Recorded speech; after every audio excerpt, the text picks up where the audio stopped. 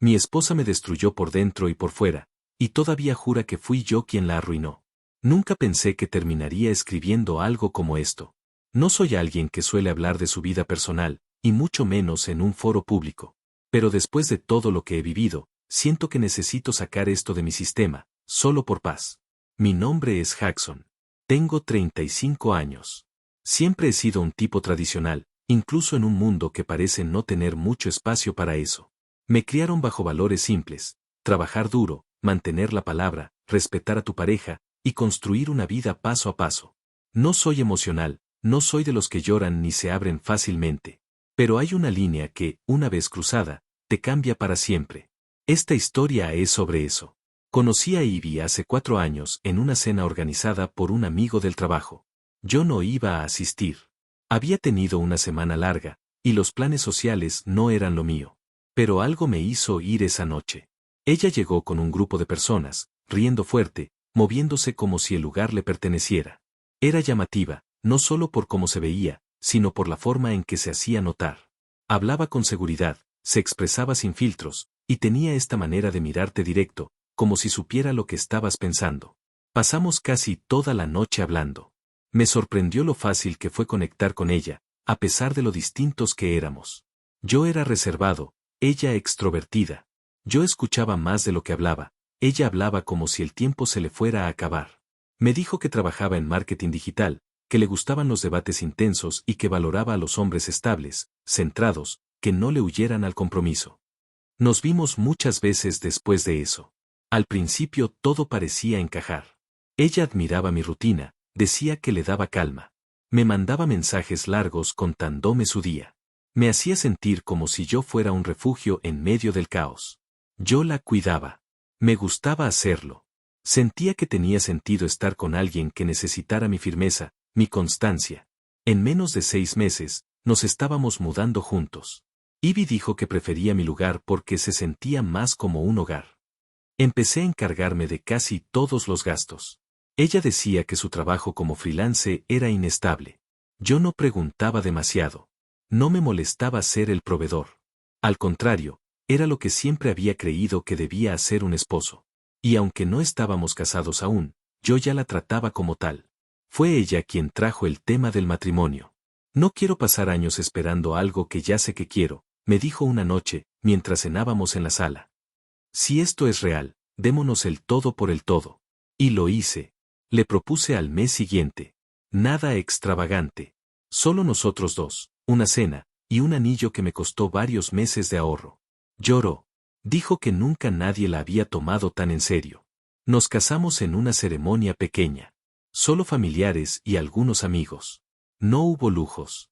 Lo importante era lo que compartíamos. Eso creía yo. El primer año de matrimonio fue extraño. No malo al principio. Solo diferente. Ivy empezó a cambiar sutilmente. Lo que antes le parecía adorable de mí, ahora era aburrido. Se quejaba de que yo no era espontáneo, que necesitaba aventura. Comenzó a salir más con sus amigas. Decía que eran eventos de trabajo, reuniones de networking. Yo no dudaba de ella. No tenía razones. Pero poco a poco, empezaron a acumularse detalles. Las compras se volvieron más frecuentes. Ropa, cosméticos, gadgets. Todo en paquetes que llegaban casi a diario. Cuando intenté hablar del tema, ella me cortó en seco. ¿Ahora vas a controlar lo que gasto? Pensé que te gustaba cuidar de mí. No quise pelear. Me dije a mí mismo que era solo una etapa. Pero el dinero comenzó a escasear. Tenía una cuenta de ahorro sólida cuando nos conocimos. Después de cubrir todas las facturas, arreglos del auto, préstamos personales que ella decía pagaría cuando pudiera, y un par de viajes que terminé financiando completo, quedaba poco. Me vi obligado a refinanciar mi camioneta. Pedí un segundo préstamo para cubrir el saldo de la tarjeta. Ivy siempre tenía una explicación. Siempre algo que no había previsto. Una inversión para un curso, una oportunidad que no podía dejar pasar, una deuda que venía de antes. Yo quería creerle. Necesitaba creerle. Pero algo se rompió el día que olvidó cerrar sesión en su laptop. Yo no estaba buscando nada. Solo quería enviar un documento desde el correo que usábamos para algunas cuentas compartidas.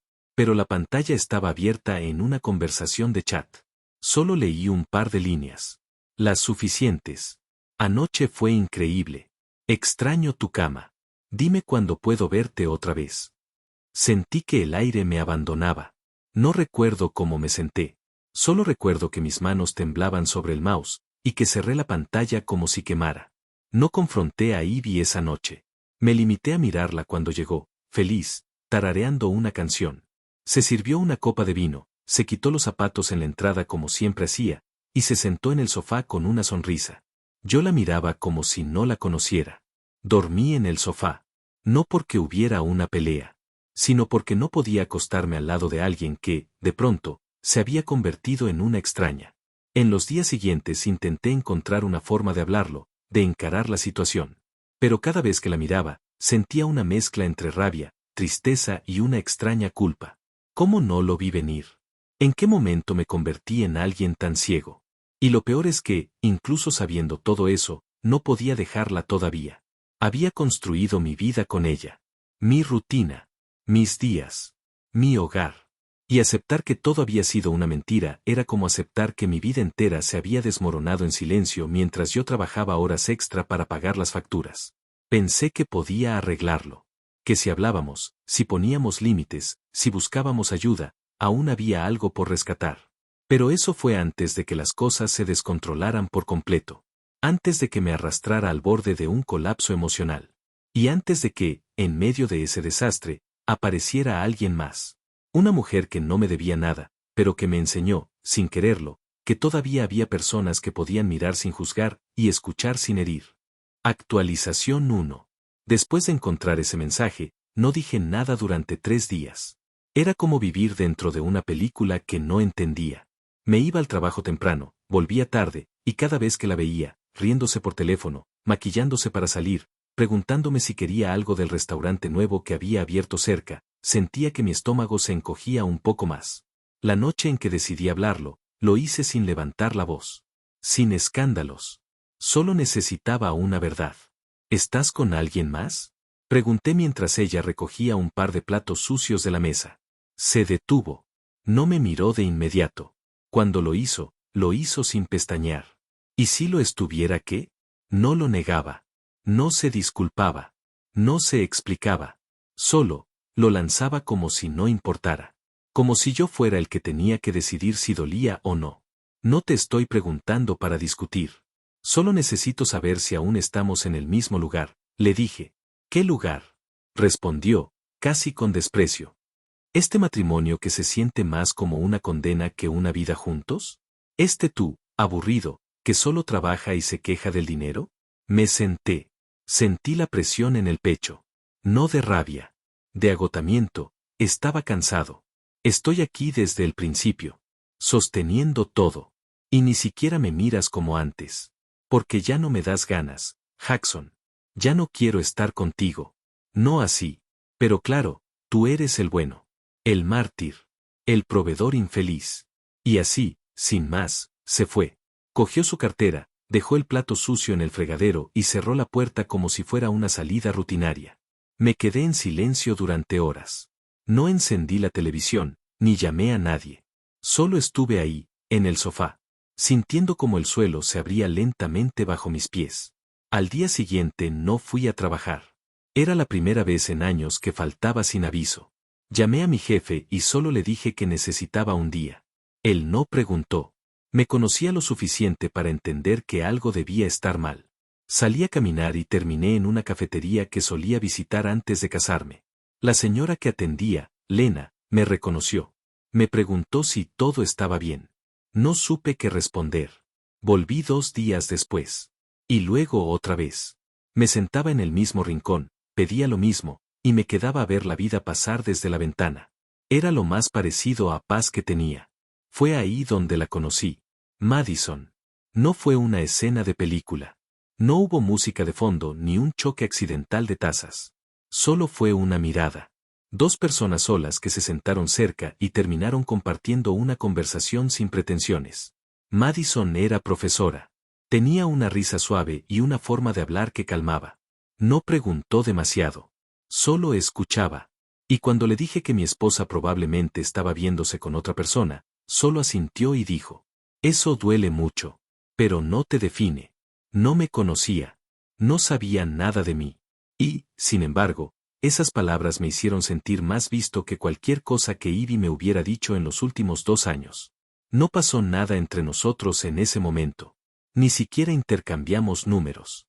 Solo compartimos un par de cafés durante semanas, sin hablar de más. Ella era amable. Nada más. Nada menos. Y esa amabilidad me sostuvo cuando todo lo demás colapsó. Poco después, Ivy volvió una noche sin avisar. Dijo que necesitaba ropa. Yo estaba en la cocina. ¿Vas a seguir con este teatro del buen hombre herido? Me dijo mientras sacaba cosas del armario. ¿Vas a seguir fingiendo que no arruinaste todo? Le respondí, sin levantar la voz. Tú arruinaste todo desde el momento en que me hiciste sentir como una carga. Yo te di todo, dije. Tiempo, estabilidad, casa, amor. Tú solo tomaste. Ella rió.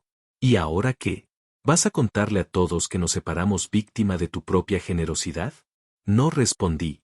Cuando se fue, supe que no iba a volver. Y por primera vez, me sentí aliviado. Pero ese alivio no duró mucho. Porque después vendrían los reclamos, las deudas acumuladas, las amenazas de pedir lo suyo en el divorcio. Y ahí supe que esta historia no terminaría con una separación silenciosa. Ivy no era el tipo de persona que se iba sin causar daño. Actualización 2. No pasó mucho tiempo desde la última vez que vi a Ivy hasta que me llegó el primer golpe, una notificación legal, enviada a mi buzón por un abogado con nombre rimbombante y membrete dorado. En ella, Ivy no solo manifestaba sus intenciones de disolver el matrimonio, sino que incluía una absurda solicitud de compensación económica por los años de sacrificio y apoyo incondicional que entregó al hogar. Decía que su carrera se había visto truncada por mi control, que su salud mental había sido minada por mi indiferencia, y que ahora, como mujer desamparada, merecía una retribución justa por su entrega emocional. La misma mujer que me vació las cuentas y me fue infiel. Me reí. No una risa feliz, claro. Fue una carcajada nerviosa, de esas que salen cuando el cuerpo no sabe si gritar, llorar o romper algo. Porque no podía creer que, además de todo, Ivy ahora quisiera pintarse como una víctima. Llamé a un abogado. No era barato, pero estaba harto de ser el tonto en esta historia. Le llevé todo, estados de cuenta, recibos, transferencias, registros de préstamos que pedí para cubrir gastos que ella consideraba urgentes. Hasta capturas del mensaje que vi en su laptop. ¿Tienes pruebas físicas de infidelidad? Me preguntó, mientras hojeaba los documentos sin levantar la vista. Solo el mensaje. Y su forma de admitirlo sin decirlo. Nunca lo negó. Bueno, no es una prueba sólida, pero es un indicio. Y su demanda económica, es ambiciosa, pero defendible. Vas a necesitar fuerza. Porque esto se va a poner feo. Y se puso peor de lo que imaginé. Su abogado comenzó a hostigarme con correos, llamadas, exigencias. Me acusaban de abandono emocional, de haber coartado su desarrollo profesional, de intimidación psicológica, y lo más ofensivo, de haberla dejado en una situación de indigencia financiera después de años de dependencia. Un día recibí una notificación en la que solicitaba la mitad de mi pensión futura, alegando que su sacrificio había contribuido directamente a mi estabilidad laboral. Otra vez me reí. Pero esta vez lloré después. Madison me llamó esa noche. Hacía poco habíamos intercambiado números, casi por inercia, luego de coincidir varias veces en la cafetería. ¿Estás bien?, preguntó con voz suave. No, estoy en un punto en que no sé si esto es real o una pesadilla. ¿Cómo alguien puede ser tan cruel? A veces no se vuelven crueles, Jackson. A veces solo se quitan la máscara. Sus palabras me desarmaron. Hablamos por casi una hora. Le conté cómo me sentía, lo que estaba enfrentando. Me escuchó sin interrumpirme. Me sostuvo sin decirme cómo sanar. Mientras tanto, Ivy empezó su guerra silenciosa. Difamaciones. Rumores. Manipulaciones. Decía a conocidos en común que yo la obligaba a depender, que la espiaba, que era un controlador emocional. Me pintó como un hombre frío, calculador, un abusador disfrazado de esposo ejemplar. Algunos amigos dejaron de hablarme. Otros me escribieron con mensajes tibios, dudando, preguntando sin preguntar. Me convertí en el ex tóxico de Ivy. El aburrido. El que la asfixiaba. Nadie me preguntaba cómo estaba yo. Pasé noches sin dormir revisando documentos, buscando fechas, calculando daños. Me levantaba sin apetito, evitaba el espejo. Cuando lo hacía, no me reconocía. No era yo. Era el fantasma de alguien que alguna vez creyó que el amor lo podía todo. Un sábado por la mañana, Madison llegó sin avisar. Ponte una chaqueta. Vamos a salir. Y no acepto un no como respuesta. Madison, de verdad, no estoy para. Precisamente. Por eso tienes que venir. Fuimos a caminar por un sendero natural. El aire fresco era lo único que no dolía. ¿Sabes qué es lo peor? Dije mientras nos sentábamos en una banca. Que todavía hay una parte de mí que la extraña. No por quien fue al final, sino por lo que pensé que era. No la extrañas a ella, respondió Madison, sin mirarme. Extrañas lo que querías que fuera. Lo que te prometiste a ti mismo que sería. Esa noche dormí por primera vez sin sobresaltos. Pero la guerra aún no terminaba. Al mes siguiente, tuvimos la audiencia preliminar. Ivy llegó arreglada como para una gala. Lloró frente al juez. Dijo que yo era una figura autoritaria que le robó la voz, que minimicé su existencia y que usé mi estabilidad para someterla. Inventó, torció, actuó. Mi abogado hizo lo que pudo. Presentó las pruebas, los estados de cuenta, los mensajes. El juez no parecía impresionado por su actuación, pero tampoco hizo comentarios. Tuvimos que esperar otras semanas para la resolución. Semanas en las que Ivy intensificó su campaña, enviando indirectas por redes sociales, posteando frases que sugerían abuso, publicando fotos viejas con pies de foto como ni te imaginas lo que uno calla. La última semana antes del fallo, recibí un mensaje anónimo que decía, qué bueno que por fin la dejaste libre, monstruo. Nunca sentí tanto frío en el cuerpo. Pero el día llegó. Y aunque no gané nada, tampoco perdí más. El juez rechazó su solicitud de compensación, considerando inconsistencias en sus declaraciones y falta de pruebas. Mantuve lo poco que me quedaba. Me fui con la dignidad intacta, aunque con el corazón destrozado. Firmé los papeles temblando. No por tristeza. Por la brutalidad con la que alguien que un día te dijo te amo puede luego convertirte en su enemigo. Al salir de la sala, vi a Ivy riéndose con su abogada. Como si fuera una victoria. Como si todo hubiera sido un juego. Pero yo ya no era el mismo hombre. No era el proveedor ingenuo. El esposo paciente. El idiota enamorado. Era alguien que había atravesado el fuego, y aún estaba de pie. Actualización 3. Después de firmar el divorcio, no celebré. No hubo alivio inmediato. No hubo respiración profunda. Solo una sensación seca, hueca, como si me hubieran arrancado algo sin anestesia. Me fui directo a casa. Me quité los zapatos, me preparé un café que no terminé y me senté en silencio. Las paredes se sentían extrañas, como si no fueran mías. Como si aún conservaran su voz, su perfume, su sombra. Pasé los siguientes días arrastrándome entre la rutina y el insomnio.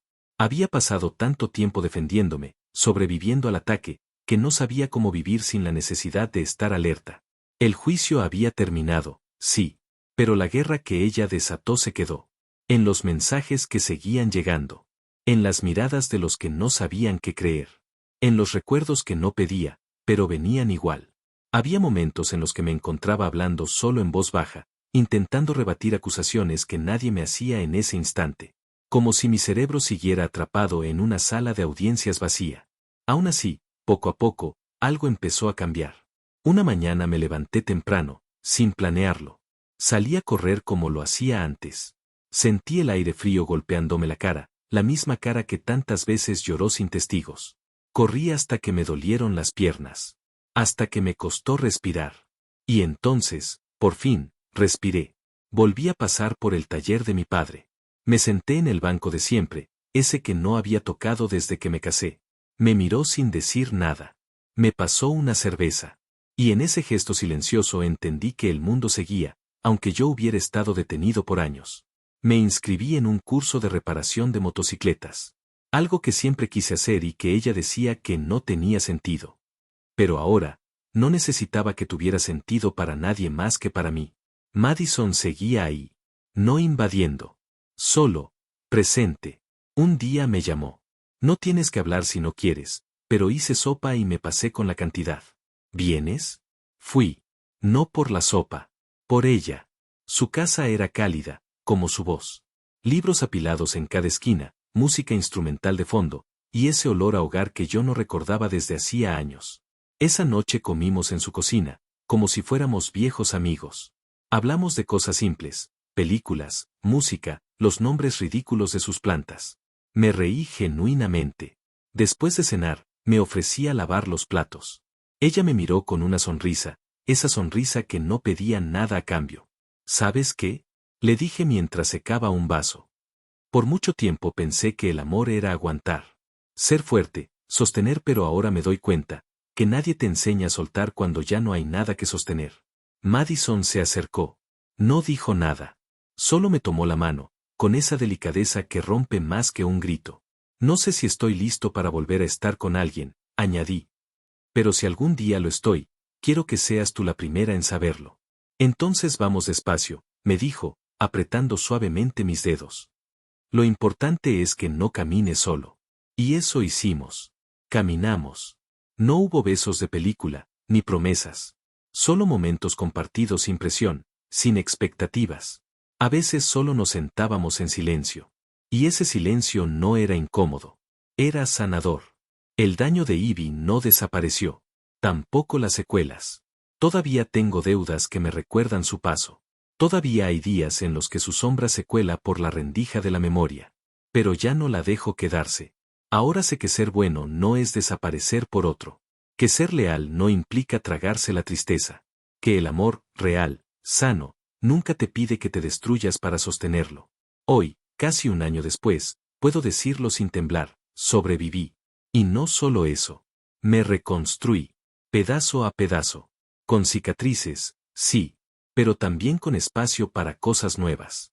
Y si alguien que lee esto está pasando por algo parecido, quiero que sepas algo. La oscuridad parece interminable, pero no lo es. El dolor no es tu hogar.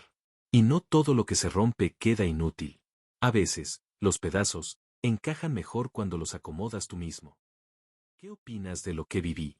Me gustaría saber tu opinión. Para escuchar más historias como esta, suscríbete, dale like y déjanos tu comentario.